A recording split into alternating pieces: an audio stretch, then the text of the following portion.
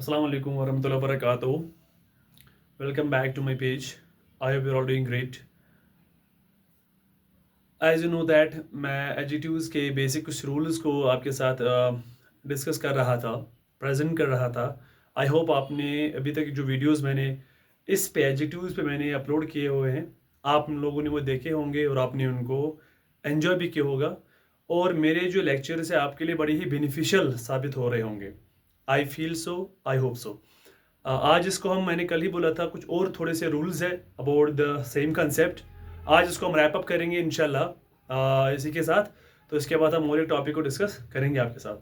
तो without further delay let's get started.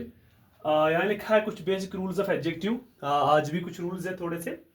In case of aged person और things, जिनको vintage things भी हम कहते हैं, अगर हम एज्ड पर्सन की बात करेंगे या विंटेज थिंग्स की बात करेंगे, पुराने जमाने चीज़ों की बात, एंटीक जो होते हैं उनकी बात करें, ओल्ड यूज किया जाता है उनके साथ। ओल्डर यूज करते कंपैरेटिव में, ओल्डेस्ट यूज करते सुपरलेटिव में। याद रख लेना, मैं रिपीट करता हूं, एज्ड पर्सन या पुराने जमाने की चीजों के साथ हम ओल्डर यूज करते कंपैरेटिव में, ओल्ड यूज करते पॉजिटिव में, ओल्डेस्ट यूज करते हैं सुपरलेटिव में। लेकिन अगर फैमिली रिलेशन में आपकी बात हो रही है, आपसे घर में बड़े बुजुर्ग रहता है कोई, आपसे कोई बड़ा घर में है, तो हम वहां पे ओल्डर का यूज नहीं करते। हम वहां पे यूज करते हैं, किसका यूज करते हैं? हम वहां पे यूज करते हैं Elder in comparative and eldest in superlative. समझ आ रहा है?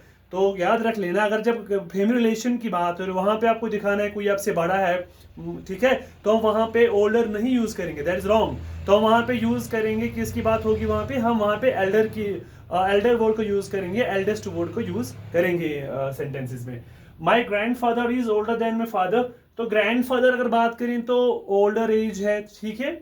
He is Elder than me, वो मुझसे बड़े हैं, तो मैं अपने भाई को अपने साथ रहता हूँ। आपको इससे पता चलेगा सेंटेंस के हिसाब से कि यहाँ मैं बात कर रहा हूं किसकी?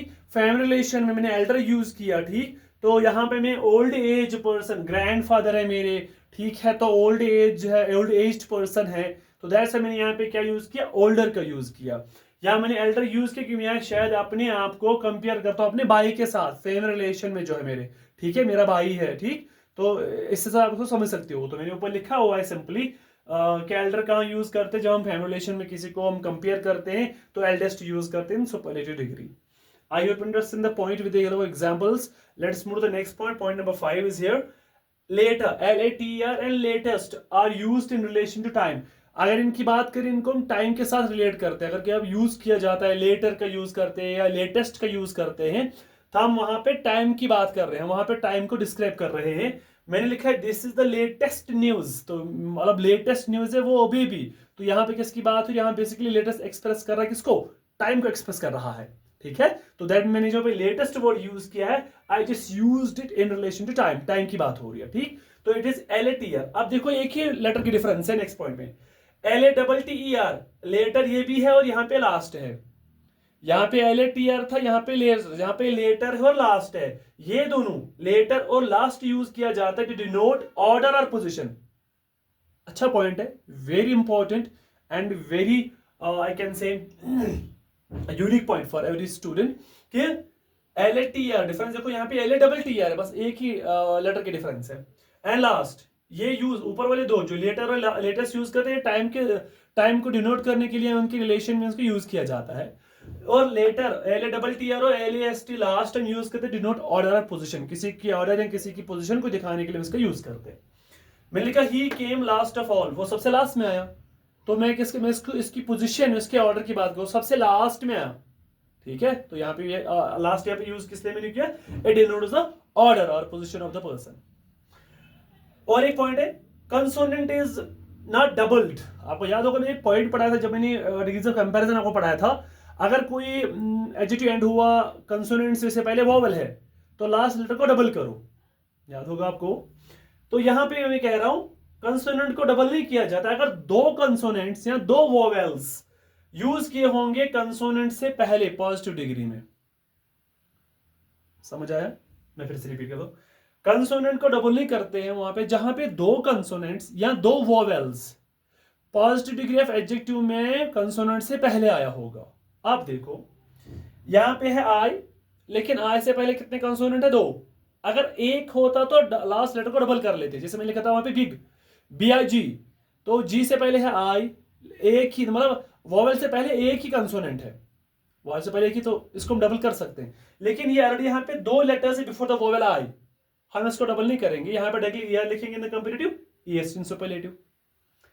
कूल, यहाँ पे तो लास्ट लेटर, यहाँ पे लास्ट लेटर मेरा कंसोनेंट है, लेकिन इससे पहले 2 वॉवेल्स है, ये तो मैंने लिखा, consonant is doubled if 2 consonants are 2 vowels used before a consonant in positive degree।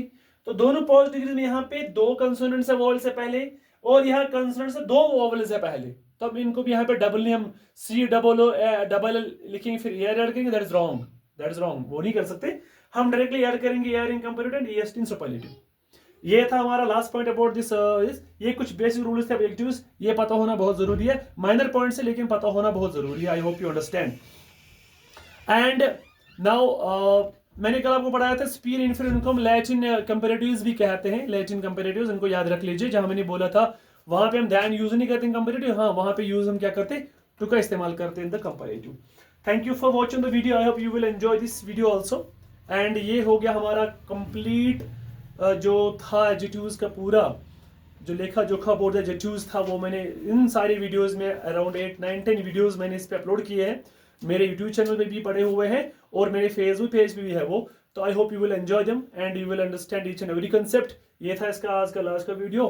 Thank you for watching the video, do like share follow my page as well as my